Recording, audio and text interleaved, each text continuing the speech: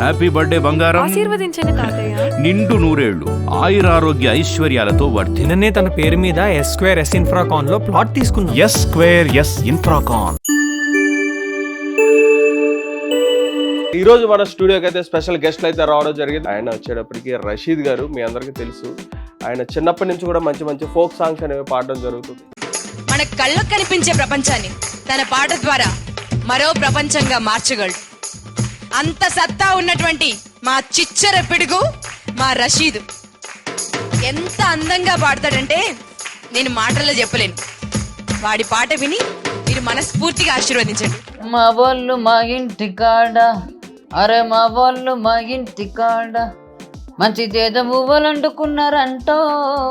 మా వాళ్ళు మా ఇంటి కాడ, మా వాళ్ళు మా ఇంటి కాడ మంచి చేత పువ్వులు అంటుకున్నారంటో. మా వాళ్ళు మా ఇంటి కాడ. అది మ్యూజిక్ ఉంటే కొంచెం. అవునా? ఓకే, ఈసారి మ్యూజిక్ సిస్టమ్ తీసుకొద్దాం వాళ్ళకు కూడా. నేను యాక్చువల్గా కూర్చొని పాడను, డాన్స్ చేస్తూ పాడదు. మంచి చేత పువ్వులు అంటుకున్నారంటో. మా వాళ్ళు మా ఇంటి కాడ. రషీద్ గారు, మీరు ఏ ఏజ్ లో వచ్చారండి మీరు పాడడానికి? పాడడం మొదలు పెట్టింది అయితే నాకు దాదాపుగా 6 years 7 ఉంటాయి. రేలా షో అట్లాంటి వాటికి వచ్చింది నాకు 10 years ఉన్నప్పుడు. రేలాలోకి వచ్చినప్పుడు అవకాశం ఎలా వచ్చిందని మీకు? నిజామాబాద్ లో మా సార్ ఉంటారు, ఆయనే నన్ను తీసుకొచ్చారనమాట. మా స్కూల్ నుంచి మొదలైంది మా ప్రయాణం. రషీద్ గారు ఎలా దొరికారు మీకు? హైదరాబాద్ లో ఈవెంట్స్ చేస్తున్నప్పుడు నేను డిగ్రీ కోటి ఉమెన్స్ లో చదువుకుంటున్నాను. నన్ను ఇష్టపడుతున్నట్టు మా అక్కయ్య వాళ్ళకి చెప్పి తర్వాత నాకు చెప్పాడు.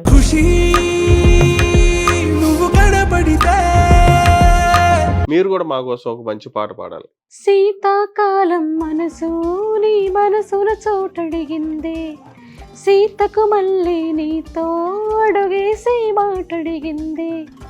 నీకు నువ్వే గుండెలోనే అన్నదంతా వినాలి, అంతకన్నా ముందుగానే ఎందుకో నన్నాలి. ఇంక పైన నీకు నాకు ప్రేమ పాఠాలి. మాస్టారు మాస్టారు నా మనసును గెలిచారు.